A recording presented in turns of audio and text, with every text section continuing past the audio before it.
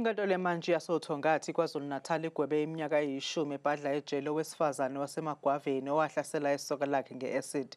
Ngesikhathi inkantolo ikhipha isigwebo ebaluleke ukuthi ulethiwe Mthimkhulu oneminyaka engu-31 unosana olunezinyanga eziyisishiyagalombili lizelwe. So ngakho-ke ufanelwe iminyaka eyishumi yesigwebo.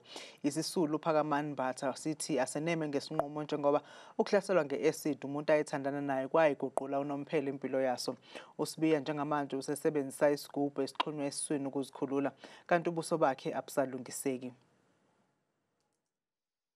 She continued alleging that the complainant had assaulted her by slapping her on that particular day.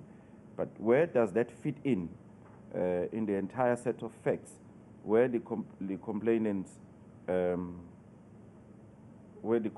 intestine is completely damaged, clearly indicating that the complainant had ingested this acid through his anus.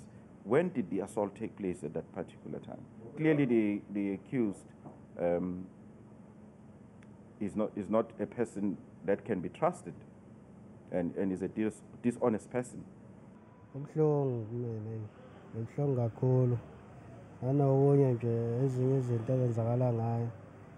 Bebechaza nje bachaza into ebechaza ngaphakathi engithemba bengithi ngithemba ukuthi izinto abechaza bezichaza ngokusobala ukuthi usisi isizwe sakhe sibobulane kangakanani nanokuthi ngezinye izinto bese ngenza ngicabange nje ukuthi impilo yami nje ngenxa yakhe usisi